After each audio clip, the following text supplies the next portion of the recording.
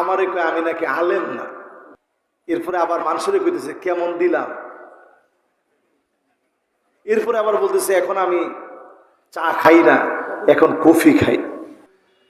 বিসমিল্লাহির রহমানির রহিম।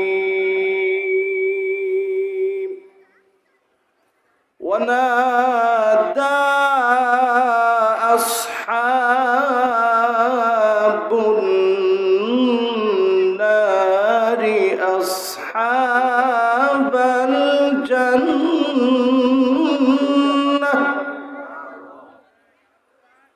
أن أفيضوا علينا من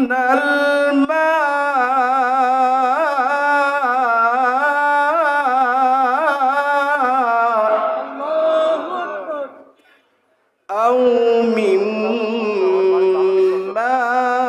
رزقكم الله.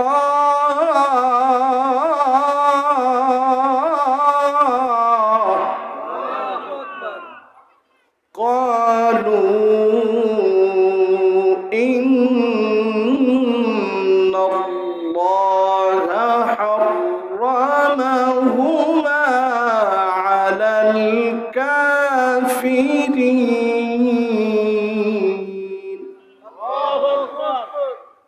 الذين اتخذوا دينهم لهوا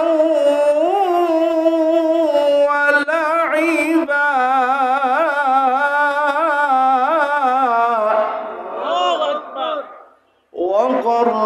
وغرتهم الحياة الدنيا فاليوم ننساهم كما نسوا لقاء يومهم هذا وما كانوا بآياتنا يجحدون.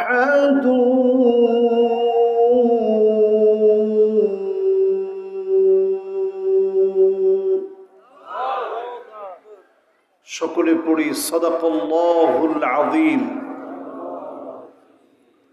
وقال تعالى في شان حبيبه مخبرا وآمرا إن الله وملائكته يصلون على النبي يا أيها الذين آمنوا صلوا عليه وسلموا تسليما. اللهم صل على محمد وعلى آل محمد كما صليت على إبراهيم وعلى آل إبراهيم إنك حميد مجيد. اللهم بارك على محمد وعلى آل محمد كما باركت على إبراهيم وعلى آل إبراهيم إنك إنك حميد مجيد সকলে পড়ি বালাগল উলা বিকামালিহি কাশাফাদ দুজা বিজামালিহি حسنت جميع خصاله صلوا عليه আজকের এই মুবারক মাহফিল হাদারাত আজকের এই উপস্থিতি 17তম দুদিনব্যাপী ঐতিহাসিক আজকের এই তাফসীরুল কোরআন মাহফিল আথাইকাটি সরকারি প্রাথমিক বিদ্যালয় মাঠ প্রাঙ্গণে মোবারক আজকের আয়োজনের হাদারাত উলামায়ে কেরাম মাহফিলের সম্মানিত কাবিলুল ইহতেরাম সভাপতিত্ব যিনি করছেন ইমাম হাসান জেলাল সাহেব, এই মাহফিলের সম্মানিত মাহফিল বাস্তবায়ন কমিটির সম্মানিত সভাপতি, অত্র এলাকার আপনাদের অত্যন্ত প্রিয় মানুষ, এই মাহফিলের জন্য খুব কষ্ট করেছে। ডেট নেওয়া থেকে শুরু করে আজকের দিন পর্যন্ত তার অক্লান্ত পরিশ্রমের ফসল হিসেবে 17তম আজকের ঐতিহাসিক মাহফিলে আমরা কথা বলার সুযোগ পেয়েছি।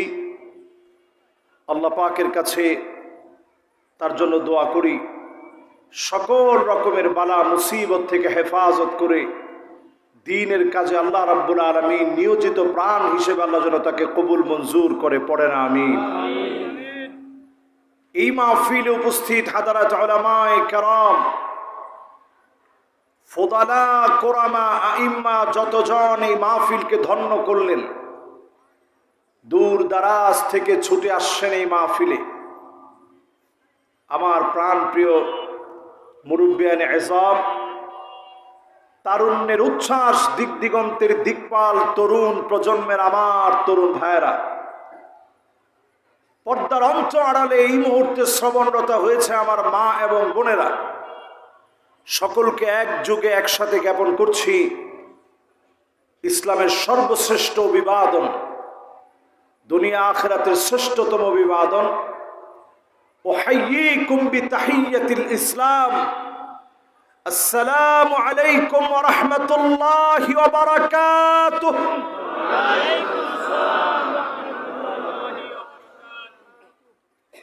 সবাই কেমন আছেন? আলহামদুলিল্লাহ। আপনাদের মন কি একটু দুর্বল হয়ে গেছে? মন সবল আছে সবার? তাহলে একটু মহব্বত নিয়ে সকলে মালিকের প্রশংসা আদায় করে বলি তো আলহামদুলিল্লাহ। আমার মনে হয় এখনো যারা যুবক আছেন এরা কিন্তু কণ্ঠটা খুলেননি। যুবকরা একটু আওয়াজ করে হিম্মত নিয়ে কণ্ঠ খুলে তোমরা একটু সবাইকে একত্রে করে নিয়ে একসাথে বলো তো আলহামদুলিল্লাহ। মাশাআল্লাহ, এখন আওয়াজটা আগের চাইতে বেশি হয়েছে। আপনারা মাহফিল শুনবেন কতক্ষণ? একজন বলছে বৃষ্টি না আসে যতক্ষণ, ও একজন বলছে শেষ হবে না যতক্ষণ। মাশাআল্লাহ, ইনশাআল্লাহ আমরা শেষ পর্যন্ত থাকবো, রাজি আছি ইনশাআল্লাহ।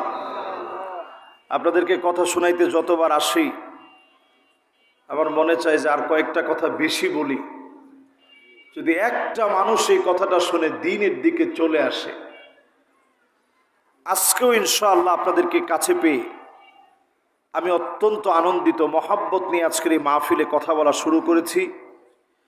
যতক্ষণ কথা বলবো আল্লাহ রাব্বুল আলামিন আমাকে আপনাদের সবাইকে যেন শেষ পর্যন্ত কবুল মঞ্জুর করেন, পড়েন আমিন। এই মাহফিলে যারা আমরা বসছি আল্লাহ রাব্বুল আলামিনের প্রশংসা আদায় করার পর দরুদ আর সালাম পেশ করছি পেয়ারা হাবিবের নামে। সকলে মিলে মহব্বত ভরা কণ্ঠে নবীজির নামে একটাবার দরুদ শরীফ পড়ব। সবাই মিলে পড়ি মুহাম্মাদুর রাসূলুল্লাহ সাল্লাল্লাহু আলাইহি ওয়াসাল্লাম। সবাই বলছেন যারা বলি নাই আরেকটা বার বলি, মুহাম্মাদুর রাসূলুল্লাহ সাল্লাল্লাহু আলাইহি ওয়াসাল্লাম। আলহামদুলিল্লাহ, আমরা হক আদায় করেছি মাহফিলের। আজকের কথা দীর্ঘ করব না। দুইটা আয়াত থেকে এই মাহফিল আজকে আমরা তেলাওয়াত করেছি। এই দুইটা আয়াতকে ঘিরে আজকের এই মাহফিলে ইনশাআল্লাহ কথা বলবো, কথা রাখবো ইনশাআল্লাহ। পড়েন সবাই ইনশাআল্লাহ, শেষ পর্যন্ত শুনবেন তো? দেখি তো 100% কারা কারা শুনবেন, হাতগুলা উঠে আল্লাহকে দেখান। মাশাআল্লাহ, একজন জোরে তাকবীর দেন তো দেখি।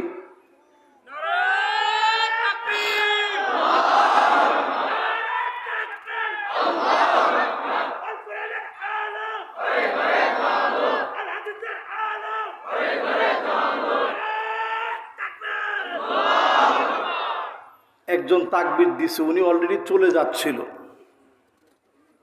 মানে মাহফিলের যিনি এতক্ষণ উপস্থাপক ছিলেন তিনি তাকবীর দিছেন।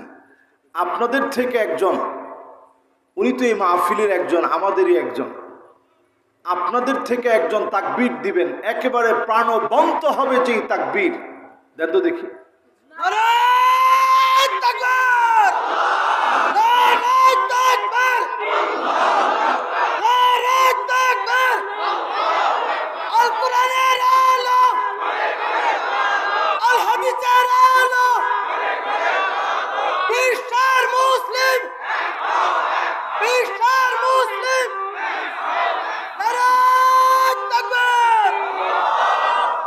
মাশাআল্লাহ, সুন্দর। দেখেন তাকবীরও শেষ। আমি আমার তেলাওয়াতকৃত আয়াতটা এতক্ষণ ধরে খুঁজতেছিলাম, আমিও পেয়ে গেছি আলহামদুলিল্লাহ। বলেন তাফসিরটা কিসের? কোরআনের তাফসির। আপনারা আমার মন গড়া কোনো কথা শোনার জন্য আসেন না। আমি যদি মন গড়া কথা আজকের এই মাহফিলে বলি, আপনারা লোকমা দিয়ে শুদ্ধ করে দিবেন। ভুল একটা কথা যদি আমি বলি, আপনারা আমাকে সহি করে দিবেন। রাজি আছেন ইনশাআল্লাহ? এই মাহফিলে আমরা তেলাওয়াত করেছি সূরা আরাফ থেকে 50 এবং 51 নং আয়াতে কারিমা। কয়টা আয়াত হলো? সবাই আরেকটা বার বলেন, কয়টা আয়াত হলো? সূরাটা অবতীর্ণ হয়েছে মক্কাতুল মুকাররমায়। সেই সূরা আল কারিমা সূরা আরাফের 50 আর 51 নং আয়াতে কারিমা, এই দুইটা আয়াতকে ঘিরে আজকের মাহফিলে কথা বলবো, কথা শোনাবো ইনশাআল্লাহ। এখন রাত কয়টা বাজে? 10:30। কর্তৃপক্ষ আমাকে বলছে, হুজুর কোনোভাবেই যেন বেশি রাত না হয়। আমিও বেশি রাতের পক্ষের লোক না। ফজরের নামাজ যেন বাজামাত ঠিক থাকে আমার এবং আপনাদের। এই দায়িত্ববোধকে মাথায় নিয়ে দুইটা আয়াতের তাফসীর শোনাবো ইনশাআল্লাহ। তাফসীরটা হবে 4টা পদ্ধতিতে। তাফসীরুল কোরআন বিআয়াতিল কোরআন, কোরআনের আয়াত দিয়ে আয়াতের তাফসীর হবে। তাফসীরুল কোরআন বিল হাদিস, হাদিস দিয়ে কোরআনের তাফসীর হবে। তাফসীরুল কোরআন বিআকওয়ালিস সাহাবা, সাহাবীদের বক্তব্য দিয়ে তাফসীর হবে। তাফসীরুল কোরআন বিল লুগা, ভেঙে ভেঙে অর্থ করে তাফসীর হবে। এই 4 পদ্ধতিতে যদি তাফসীর গুলা শুনে যান, সব কেমন হবে? আবু যারকে ডেকে নবীজি বললেন, ইয়া আবা যার লা আনতা গুদওয়া ওয়া তাআল্লামা আয়াতাম মিন কিতাবিল্লাহ খায়রুন লাকা মিন আন তুসাল্লিয়া মিআতা রাকাআ। 100 রাকাত নামাজ পড়লে যেমন সওয়াব হবে, এক একটা আয়াতের তাফসীরে এর চাইতে বেশি সওয়াব বান্দার আমলনামায় মালিক লিখে দিবে। খুশি না বেজার? সবাই খুশি? তাহলে দুইটা আয়াতের তাফসিরে সওয়াব কত? মাশাআল্লাহ, আমার পাশে যিনি আছে উত্তর সঠিক হয়েছে। সবাই অনেকে বলছেন 200 রাকাত, উনি বলছেন 200 চাইতে বেশি। সঠিক উত্তর কোনটা? আমাদের দেশে যদিও অনেকে 70-80 রাকাত নামাজ পড়ার অভিজ্ঞতা আছে, কিন্তু 200 রাকাতের অভিজ্ঞতা এই পর্যন্ত কারো নাই। আপনারা যদি আজকে শুরু থেকে শেষ পর্যন্ত একটু বোঝার চেষ্টা করেন, উঠার আগে 200 রাকাতের চাইতে বেশি সওয়াব আমল নামায় যোগ হয়ে যাবে। জোরে কোন সুবহানাল্লাহ। শুধু তাই নয়, আল্লাহর হাবিব বলেন, আবু যর শোনো, লা আনতা গুদওয়া ওয়া তাআল্লামা বাবাম মিনাল ইলম খায়রুল লাকা মিন আন তুসাল্লিয়া আলফ রাকাত। এই মাহফিলে বসে নতুন কোন বিষয় জীবনে যা কোনোদিন শোনেন নাই, জ্ঞান ভান্ডার সমৃদ্ধ করার লক্ষ্যে এ মাহফিল থেকে যদি জ্ঞান অর্জন করেন, ওঠার আগে 1000 রাকাতের চাইতে বেশি সওয়াব বান্দার আমল নামায় মালিক দিয়ে দিবে। এরকম একটা মাহফিলে আমরা উঠে যাব না শুনে যাব? তাফসীর হবে কয় পদ্ধতিতে? মাশাআল্লাহ। 1 নাম্বার কি দিয়ে? মাশাআল্লাহ। মাদ্রাসার অনেক আলেম ওলামা আছেন, ওনাদের বলতে খুব সহজ, একেবারে আরবিতেও বলতেছে অনেকে। বলেন 1 নাম্বার তাফসীর হবে কি দিয়ে? কোরআনের আয়াত দিয়ে। 2 নাম্বার কি দিয়ে? মাশাআল্লাহ, সাধারণ মানুষ সবাই তো উত্তর দিচ্ছে। 3 নাম্বার কি দিয়ে? মাশাআল্লাহ। 4 নাম্বার কি দিয়ে? শাব্দিকভাবে ভেঙে ভেঙে মাহফিলে বোঝানো উচিত। এই 4 পদ্ধতির বাহিরে মন গড়া তাফসীর করার কোনো সুযোগ ইসলামে নাই। আমরা আজকে 4 পদ্ধতিতে তাফসীর করব, 2টা আয়াতের। ওয়ানাদা আসহাবুন নারি আসহাবাল জান্নাহ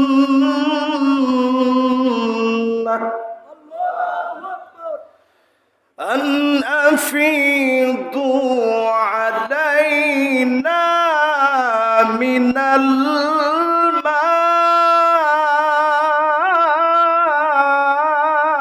الماء أو مما رزقكم الله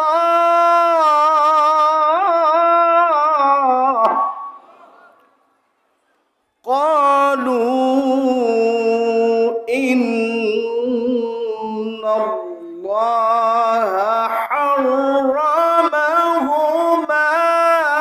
على الكافرين الذين اتخذوا دينهم لهوا ولعبا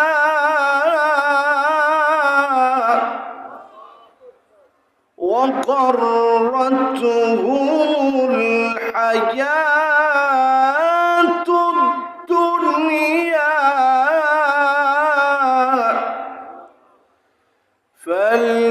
فاليوم ننساهم كما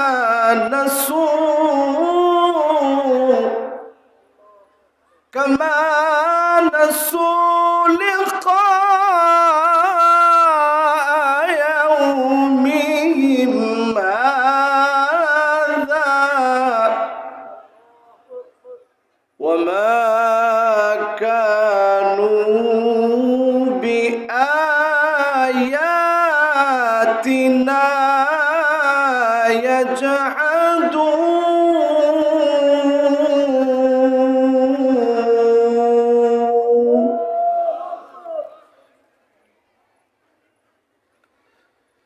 ঠিক এই পর্যন্ত আল্লাহ রাব্বুল আলামিন যদি আমাকে তৌফিক দেন, আমি ইনশাআল্লাহ আপনাদেরকে নিয়ে একটু কথা বলতে চাই। সূরা আরাফ মাক্কি সূরা, দুইটা আয়াত আমি তেলাওয়াত করেছি। প্রথম আয়াতে কারীমাতে আল্লাহ তাআলা বলছেন, সেই দিন জাহান্নামীরা ডেকে বলবে, ও জান্নাতীরা, কত কত নেয়ামত আল্লাহ রাব্বুল আলামিন তোমাদেরকে দান করেছে।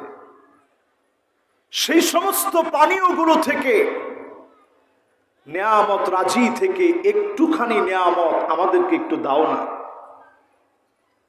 জান্নাতীরা সেদিন পরিষ্কার বলে দিবে, জাহান্নামীদের জন্য যিনি জান্নাতীদের নেয়ামতকে হারাম করে দিয়েছেন তিনি কে?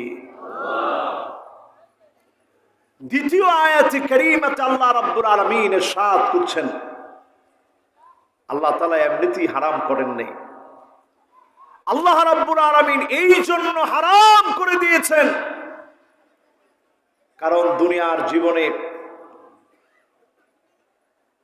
জীবনে যারা দুনিয়াকে বড় মনে করে, দুনিয়ার জীবনকে যারা খেলতামাশার বস্তু বানিয়েছিল, দুনিয়ার জীবনকে যারা সবচেয়ে বড় মনে করেছে, খেলতামাশার বস্তু মনে করেছে, আল্লাহ পাক সেদিন তাদেরকে বলবে, আজ আমি তোদেরকে ভুলে গেলাম, যেইভাবে দুনিয়ার জীবনে আমি আল্লাহকে ভুলে গিয়েছিলি, আজ আমি আল্লাহ তোদেরকে ভুলে গেলাম।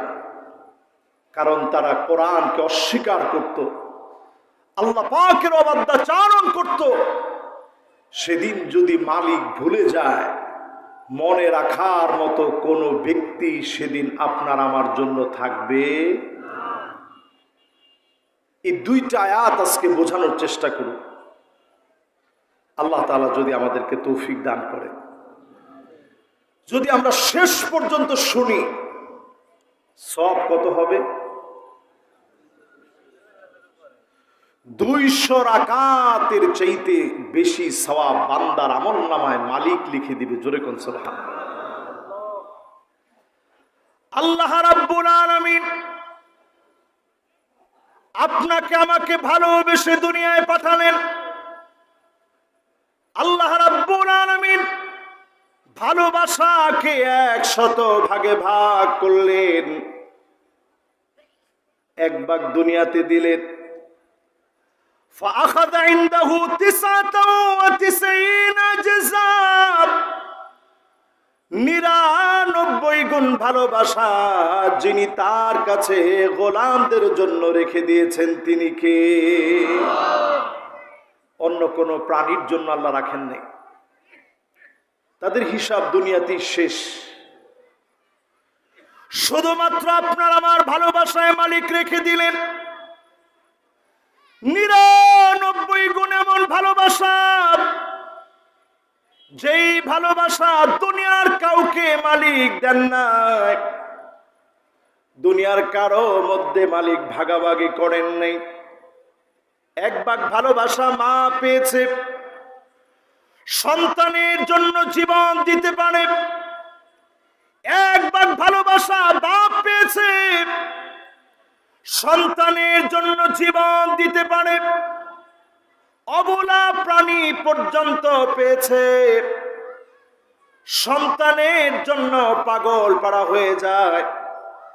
এমনকি দেখবেন কুকুর পর্যন্ত বাঘকে দুধ খাইয়েছে, সেই বাঘ পর্যন্ত কুকুরকে হামলা করে না। মাতৃত্বের বন্ধনে কেমন যেন আবদ্ধ করে নিয়েছে।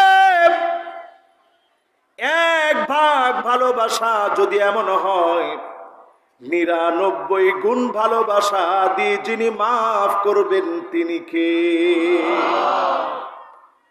কথা কি সবাই বুঝতেছেন? সেই দিন আমার আল্লাহ নিজে ডাক দিয়ে বলবেন, লিমানিল মুলকুল ইয়াউম।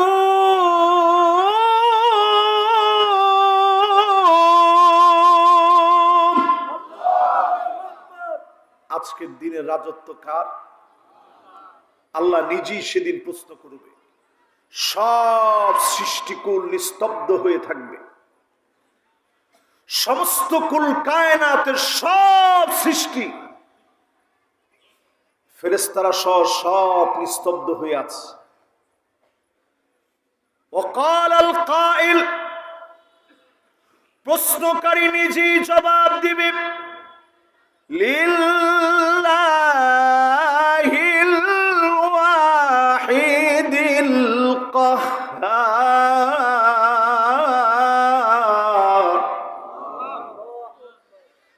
আজকের দিনের রাজত্ব আর কারো নয়, রাগান্বিত এক মালিক আজকের দিনে প্রতিশোধ নেবেন, বিচার করবেন, ফয়সালা করবেন।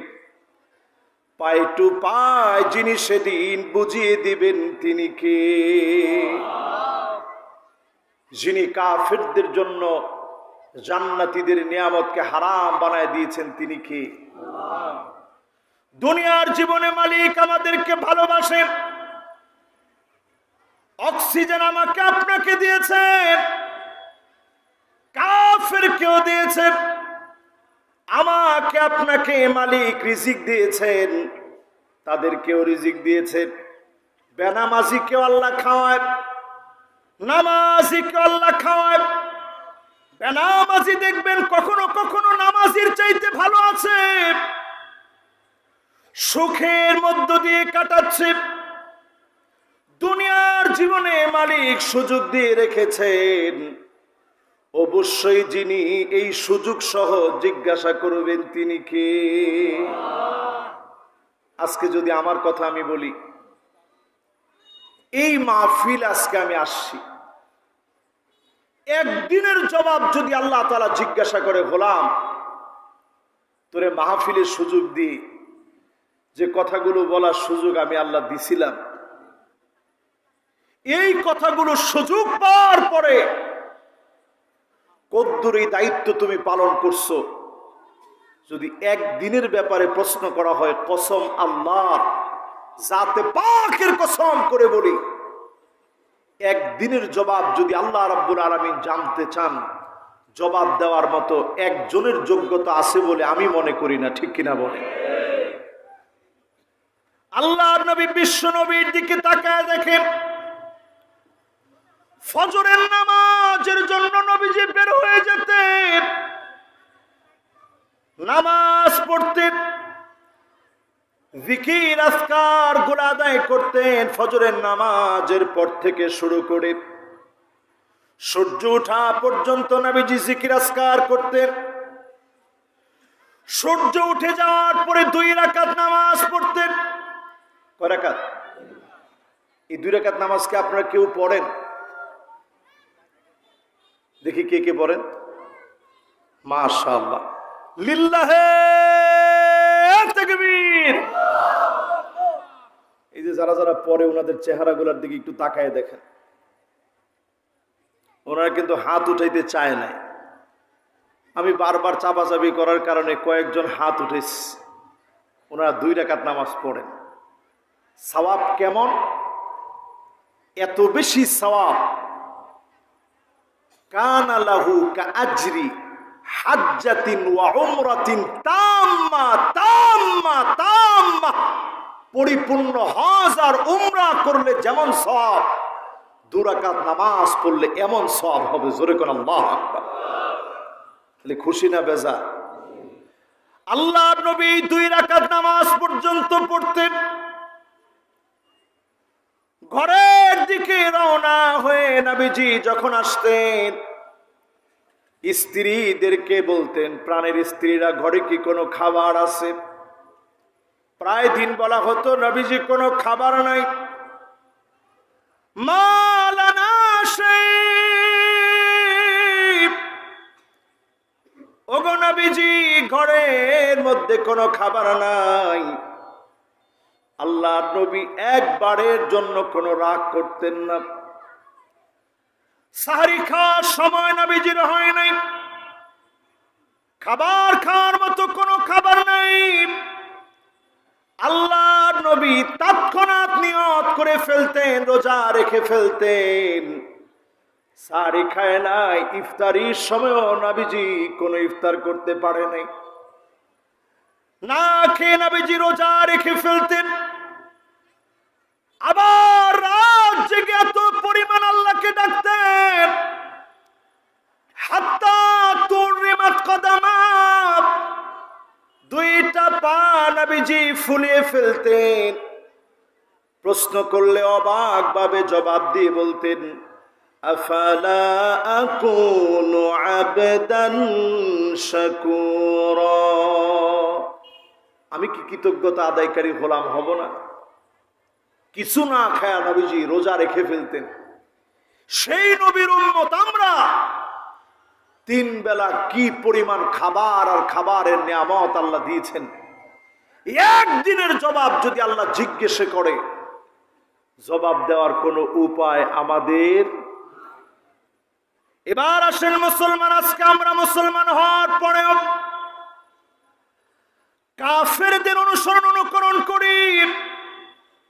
যেই কাফেররা হতভাগা হবে, সেই কাফেরদের অনুসরণ অনুকরণ করেন। শিবরন ফাশিবরক, বিগত অনুসরণ করেন। আজকের দুনিয়া পুরাপুরি কাফেরদের অনুসরণ করে।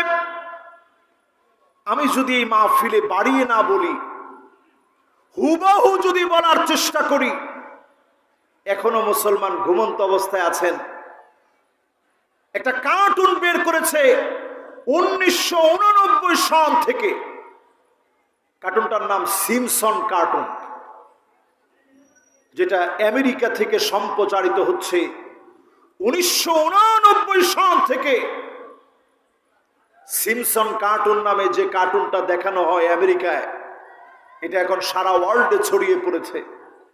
বাংলা ভাষায় এর অনুবাদ হয়েছে, এর অনুবাদ আছে হিন্দি ভাষায়, উর্দু ভাষায়, অসংখ্য ভাষায় এটা অনুবাদ হয়েছে। যে কার্টুনটার ভিতরে 20 বছর আগে যা দেখানো হয়েছে, হুবাহু 20 বছর পরে এখন পুরাপুরি মিলে যাচ্ছে।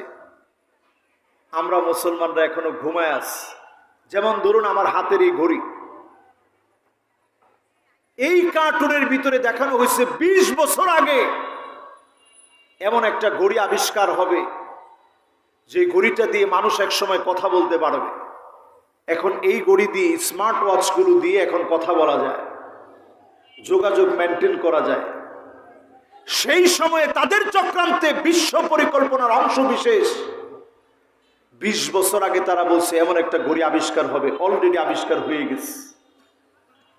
ডোনাল্ড ট্রাম্প প্রেসিডেন্ট হবে, কোন এলাকায় কি পরিমাণ ভোট পাবে 2000 সনে কার্টুনে দেখানো হয়েছে। 16 বছর পরে আপনি মিলায় দেখেন, হুবাহু যেইভাবে দেখিয়েছে পুরাপুরি ওইভাবে ভোটাভুটি হয়েছে, ওইভাবে নির্বাচন হয়েছে। বারাক ওবামা কিভাবে নির্বাচিত হবে, ভোট দিতে গিয়ে একজন ভুল করবে মেশিনে ভোট দিতে গিয়ে, সেটা পর্যন্ত কার্টুনের ভিতরে দেখানো হয়েছে, বাস্তবে তা হয়েছে।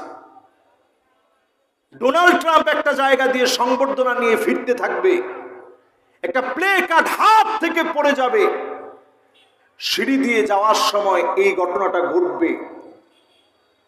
20 বছর আগে দেখানো হয়েছে, 16 বছর আগে দেখানো ঘটনা হুবাহু মিলে গেছে। আপনারা মনে করবেন হুজুর তাইলে তো তারা ভবিষ্যৎ বলে দিস। তারা ভবিষ্যৎ বলে দেয়নি। ভবিষ্যৎ পরিকল্পনা কি হবে কাফেররা সেটা নিয়ে এখন কাজ করতেছে, ঠিক কিনা বলেন? আপনারা কি আমার কথা বুঝতেছেন? সবাই একটু কঠিন হয়ে যাচ্ছে না তো? একটু কঠিন হয়ে গেলে আজকে একটু বোঝার চেষ্টা করেন যে আপনি মুসলমান এখনো নামাজই পড়লেন না, আর কাফেররা আমাদেরকে পরিচালিত করার জন্য একটা কার্টুন বানায় কেমনে পরিচালিত করতেছে একটু হিসাব করে দেখেন। 9/11 যে ঘটনা ঘটবে, টুইন টাওয়ারে হামলা হবে, কার্টুনের ভিতরে এটা দেখানো হয়েছে যেই সময়ে তার বহু পরে এই ঘটনা ঘটছে। 1996 সনের এই ঘটনার সঙ্গে হুবহু মিলে যাওয়া ঘটনা আপনি একটু মিলায় দেখেন। একজন ফুটবলার পর্যন্ত হেলিকপ্টার দিয়ে চলতে গিয়ে হঠাৎ করে হেলিকপ্টারটা ক্রাশ হবে, ফুটবলার মারা যাবে, তার হাতের মধ্যে 2টা ট্রফি পর্যন্ত আছে। হুবহু একজন এরকম ফুটবলার মারা গিয়েছে। ইকোনমিক্সে একজন ব্যক্তি নোবেল পাবে, কার্টুনের ভিতরে দেখানো হয়েছে তাকে কিভাবে নোবেল দেওয়া হবে, লটারি কেমনে হবে, তার নামটা কিভাবে গোল চিহ্ন দেওয়া হবে, হুবহু মিলে গেছে। সৌদি আরবের বর্তমানে মোহাম্মদ বিন সালমান পরিবারের সঙ্গে ডোনাল্ড ট্রাম্প সহ সিসির যে সাক্ষাৎ হবে, আব্দুল ফাত্তাহ মোহাম্মদ সিসি মিশরের যে প্রেসিডেন্ট, তার সঙ্গে যে সাক্ষাৎ হবে, এটা তারা 16 বছর আগে দেখাইছে যে এইরকম একটা সাক্ষাৎ হবে, সব একসঙ্গে দাঁড়াবে। কত বছর আগে দেখাইছে? 16 বছর আগে। 16 বছর পরে এসে বাস্তব হচ্ছে। আমরা মুসলমানরা এখনো কাদা সরাসরি নিয়ে আস। 20 বছর আগে কি হবে তা নিয়ে প্ল্যান করে ইহুদিরা, 50 বছর আগে কি হবে তা নিয়ে প্ল্যান করে ইহুদিরা। আমরা মুসলমানরা এখনো মারামারির মধ্যে আছি। শুধু যদি আজকের এই মাহফিল থেকে এতটুকুন বলতে পারি, ফজরের ফরজ নামাজ 2 রাকাত, যোহর 4 রাকাত, আসর 4 রাকাত, মাগরিব 3 রাকাত, এশার নামাজ 4 রাকাত, এই ব্যাপারেও যদি আমরা একমত হয়ে আল্লাহর বিধান বাস্তবায়নে জমিনে কায়েমের জন্য নেমে যায়, কসম আল্লাহর, সাধারণ মানুষ বুকে টেনে নিয়ে এটাকে মেনে নিবে। ঠিক কিনা বলেন? দোষ আমাদের, আমরা মুসলমানরা এক হতে পারিনি। কাফেররা পদে পদে পদে পদে সফল হয়ে যাচ্ছে। তাদের সফলতার পিছনে কারণ হচ্ছে তারা 20-30 বছর আগের থেকে প্ল্যান নেয়। আর এখনো যদি একজন যুবককে আমি বলি যে ভাই নামাজটা ধরেন, বলবে হুজুর আজকে না, কালকে থেকে শুধরে যাব। মুরব্বীরে বলেন, বলবে হুজুর লুঙ্গিটা ভালো না। যুবকদেরকে বলেন হুজুর প্যান্টটা ভালো না। আল্লাহর কসম করে বলি মুসলমান, দুনিয়ার সময় ক্রমশ কমে যাচ্ছে।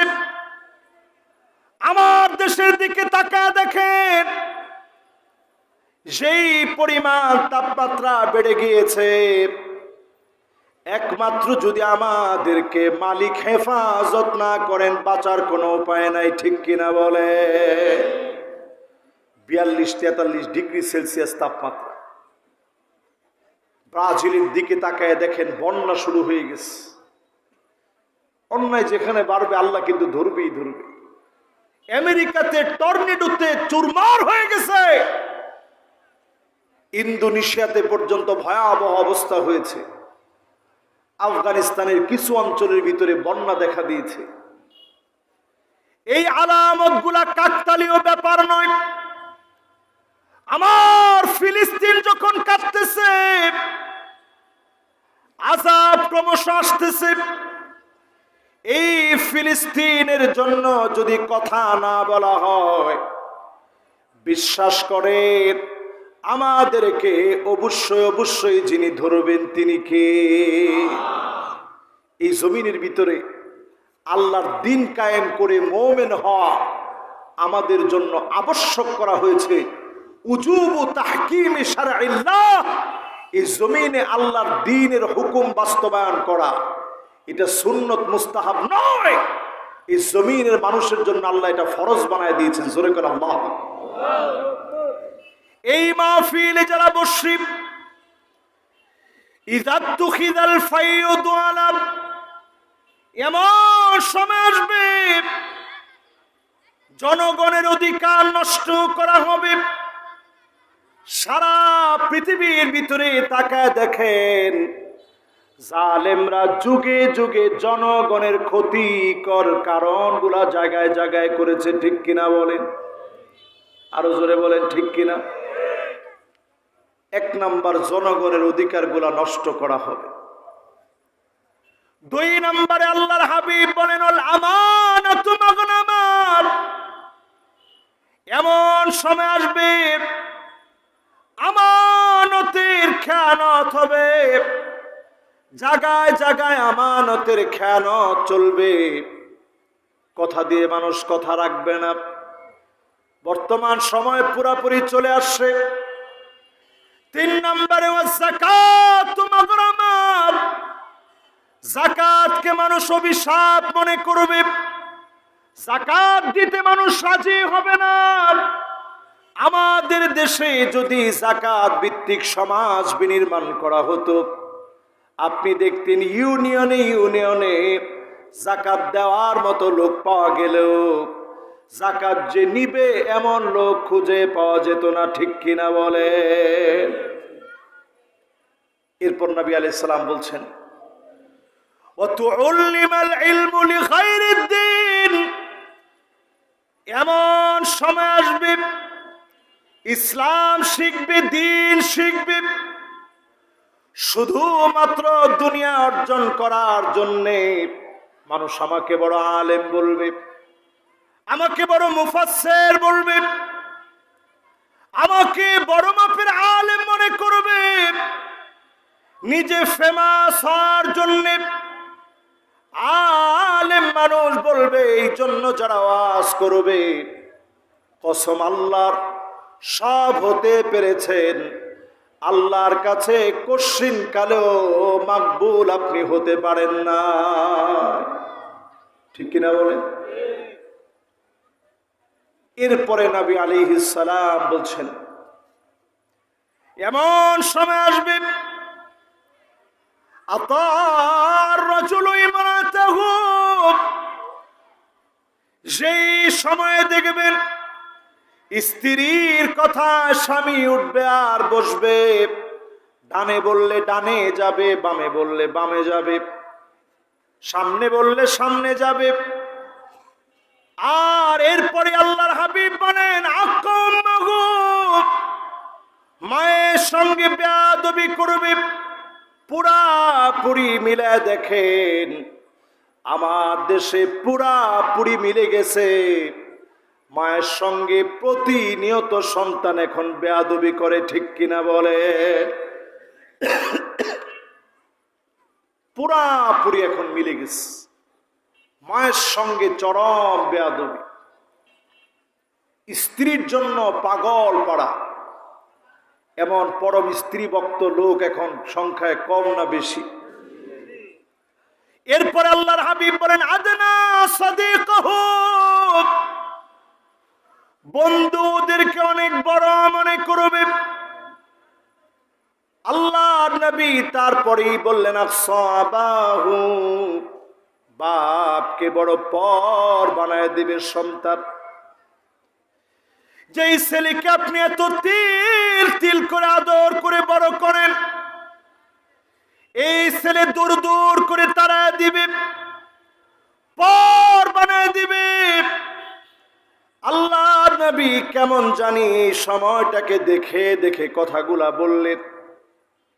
এরপরে নবীজি বললেন, যাহারাতিল আসওয়াতু ফিল মাসাজিদ, মসজিদের ভিতরে হট্টগোল শুরু হয়ে যাবে, মসজিদের ভিতরে মারামারি কাটাকাটি শুরু হবে, ইমামের সামনে ধমকা ধমকি আওয়াজ বড় করে কথা বলবে, ঠিক কিনা বলে?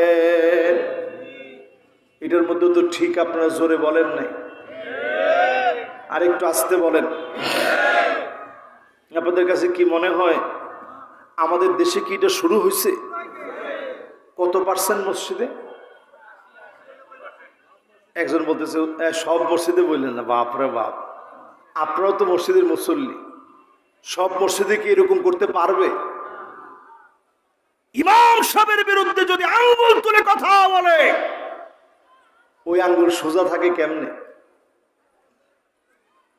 যদি তার ক্ষমতার বলে সোজা থাকিও যায়, সোজা যদি থেকেও যায়, আপনি লিখে রাখেন, রাসূল হাদিসের মধ্যে বলছেন, আমা ইয়াখশাল্লাযী ইয়ারফা রাসাহু ক্বাবলা ইমাম আইয়ুহাউইলাল্লাহু রাসাহু রাসাল হিমার, ইমামের আগে যে মাথা উঠাবে তার চেহারা গাধার মতো হয়ে যেত।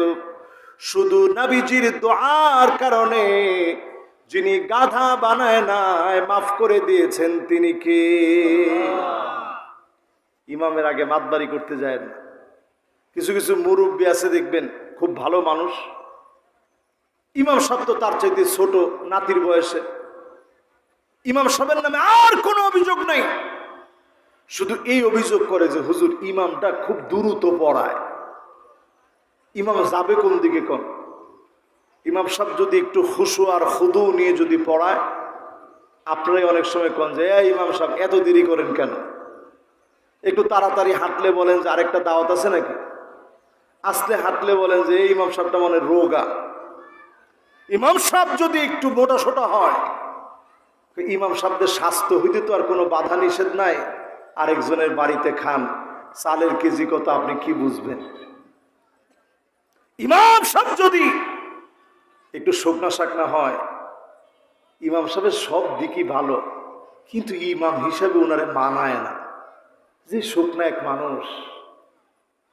ইমাম সাহেবের সঙ্গে বেয়াদবি শুরু হয়ে যাবে। আল্লাহর হাবিব বলে গেলেন, এমন সময় আসবে সাদুল কবিনা ফাসিকুহুম, এলাকায় এলাকায় তাকায় দেখবা ফাসিক নেতা হয়ে যাবে, ফাসিকদের নেতৃত্ব গলিতে গলিতে চলবে। ঠিক কিনা বলেন?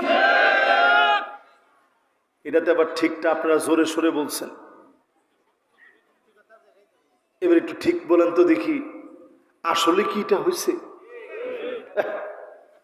আসলে এটা হয়েছে? দেখেন রাসূল কি শব্দ বলছে, সাদুল কবিলা। কবিলায় কবিলায়, এলাকায় এলাকায় নেতাগুলা হয়ে যাবে ফাসিক, ভালো মানুষের নেতৃত্ব খুঁজে পাওয়া যাবে না। ঠিক কিনা বলে? আপনারা কেউ রাগটাগ করেন, আমি কিন্তু হাদিস বলতেছি, যদি আপনার সাথে মিলেও যায় আপনি নিজেরে বুঝান যে ভাই কাজটা ভুল হচ্ছে। ঠিক আছে তো? না অনেকে মনে রাগ হয়ে গেছে, রাগ হয়ে গেলেও তো এটা আমার বলতেই হবে। আপনারা কি বলেন, বলবো না? এরপর আল্লাহর হাবিব বলেন, জাইমুল কওমি আরসালুহুম, বড় বড় নেতা এমন হয়ে যাবে, আপনি তাকায় দেখবেন বড় বড় নেতা গুলা দুশ্চরিত্র আর লম্পট গুলা নেতা হয়ে যাবে। ঠিক কিনা বলে? ব্যাখ্যার দিকে না যাই, চাকরি থাকবে না। না একটু যাব? আপনার যে একজন বলছে হুজুর হক কথা যা আছে বলে ফেল। আমরা একজনকে দেখছিলাম মাঝখানে, ফ্যান পর্যন্ত তার মাথার মধ্যে ছিঁড়ে পড়েছে। আমি এখনো পর্যন্ত ঘুমাইতে গেলে মাঝে মাঝে চিন্তা করি যে আজকে তার কথাটা বলে আসছি, না জানি ফ্যান আমারটা ছিঁড়ে আমার মাথায় পড়ে। ওই লোকটা কিছুদিন এত পাগলামি করছে, এই হুজুর আসেন, বাহাস হবে। উনি আমাদের সাথে কি করবে? আমি চিন্তা করলাম আল্লাহ ওর মাইটটা যে কেমন হবে। সারাদিন যে লোকটা বলছে বাহাস বাহাস, রাত্রে বেলায় শুনি নায়িকার সাথে কল রেকর্ড ফাঁস। ঠিক কিনা বলেন? উনি তখন এমুক হুজুরে পিটায় ফেলায়, অমুক হুজুরে মেরে ফেলে, অমুকের সাথে বাহাস করবে। সব যে লোকটা বলল তারে কোপকাত করে দিতে এক মুহূর্ত সময় আমার মালিকের লাগে নাই। ঠিক কিনা বলেন? জালেমদেরকে আল্লাহ রাব্বুল আলামিন ছাড় দেন, ছেড়ে দেন না। ওয়ালা তারকানু ইলাল্লাযীনা যালামু ফাতামাসসাকুমুন নার। আল্লাহ বলেন জালেমদের সঙ্গ দিও না, জালেমদের সঙ্গে গিও না, জালেমদের সঙ্গে যেও না, জালেমদের সঙ্গী হয়েও না, সাক্ষী দিও না, ঠেস মেরে গিয়ে দাঁড়াও না। আগুন তোমাদেরকে গিলে খাবে। আল্লাহ নবী বলেন যেই কয়টা আয়াত নাযিল হওয়ার পরে শাইয়াবাতনি হুদুন ওয়া আখওয়াতুহা, আমার চুল পেকে গিয়েছে, এই আয়াতটা তার মধ্য থেকে একটি জালেমদের ভয়াবহ শাস্তির কথা শুনে নবীজির চুল পেকে গেছে। জালেমদেরকে আল্লাহ ছেড়ে দিবেন না, ক্ষমতা আছে বলে কারো গায়ে হাত দিলেন, একটা থাপ্পড় অন্যায় ভাবে আপনি দিয়েছেন, উহুদ পাহাড় সমান থাপ্পড় যিনি রেডি করে রেখেছেন তিনি কে? মরার আগেই অনেকে পেয়ে যায়, যদি মরার আগে নাও পান ফাতামাসসাকুমুন নার, নিশ্চিত জাহান্নাম আপনার জন্য প্রস্তুত হয়ে আছে। ঠিক কিনা বলেন? এই মাহফিলে যারা বসলেন, ক্ষমতা আছে বলে মিথ্যা মামলা দিলেন, যেই লোকটা ঘরের ভিতরে ঘুমাতে পারে না গায়েবী মামলা দিলেন, অবশ্যই লিখে রাখেন এই জুলুমের কারণেও যিনি পাকড়াও করবেন তিনি কে? বলতেছিলাম এমন সময় আসবে, নবীজি বলছেন উকরিমার রাজুল মাখাফাতা শাররিহি, মানুষের খারাপ আচরণ এত বেড়ে যাবে, তার গুন্ডামি, তার সন্ত্রাসী কর্মকাণ্ডের কারণে মানুষ তারে সম্মান আর ইজ্জত করবে, কিন্তু পিছনে যাওয়ার সঙ্গে সঙ্গে আল্লাহকে বলবে, আল্লাহ এত লোকের শাস্তি হয়, এই জালেমটাকে তুমি কেন পাকড়াও করো না? ঠিক কিনা বলে? এরকম কিছু লোক আমাদের সমাজের ভিতরে নাই? আপনারা কি বলেন, আছে? ডান দিক দিয়ে মানুষ দেখলে বাম দিক দিয়ে যায় আর মনে মনে নিয়ত করে, আল্লাহ যদি এবার বেঁচে যায় মসজিদে কমসে কম 50 টাকা দিব। এরপরেও এরা দেখবেন একবার ডানে একবার বামে, এরকম চোখ ঘুরে ঘুরে হাঁটে, দেখা মাত্র ডাক দেয়, আপনি গেছেন, চাচা কেমন আছেন? তোর বাপে দেখলে 3 বার সালাম দেয়, তুই সালাম কনে? ভুল হয়েছে, দে সালাম দে, আসসালামু আলাইকুম, আবার দে আসসালামু আলাইকুম, আবার দে আসসালামু আলাইকুম। 3 বার দেওয়ার পরে এরপরে একবার ওয়ালাইকুম, যা বেয়াদবি আর করিস না।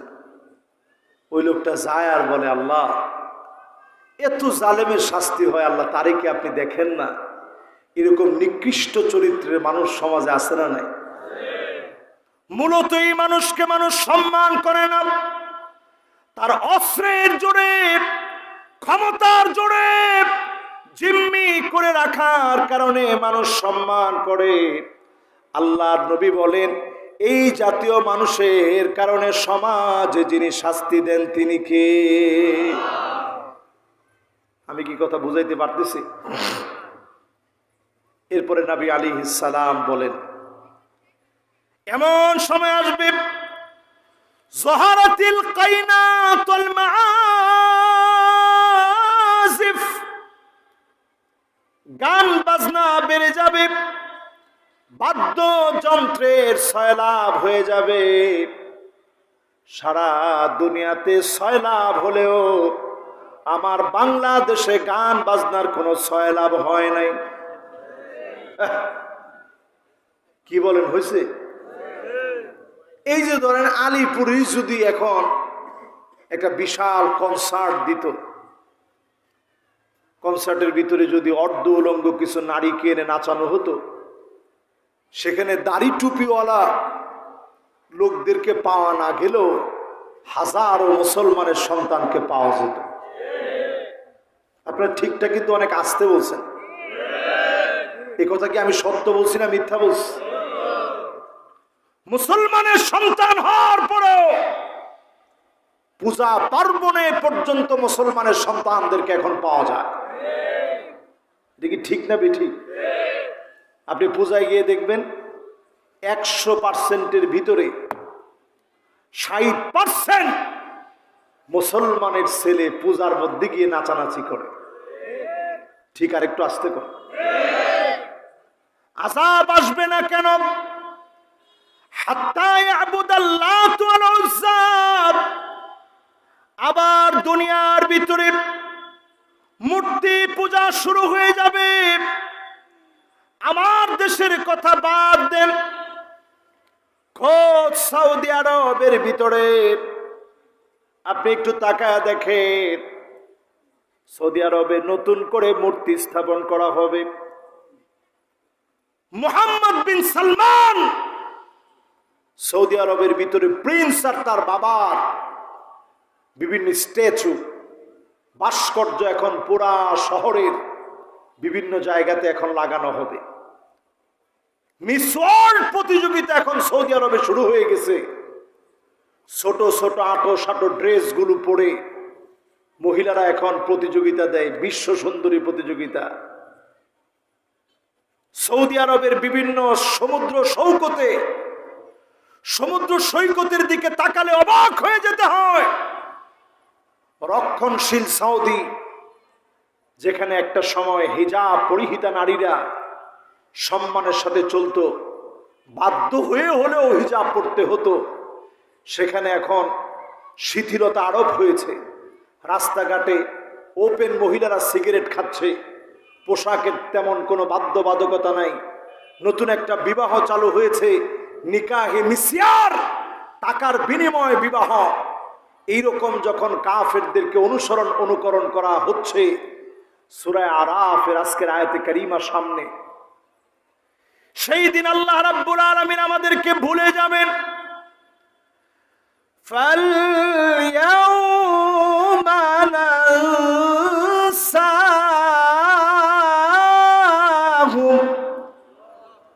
কামা নাসু লিকা ইয়াউমিহিম হাযা ওয়া মা কানু বিআয়াতিনা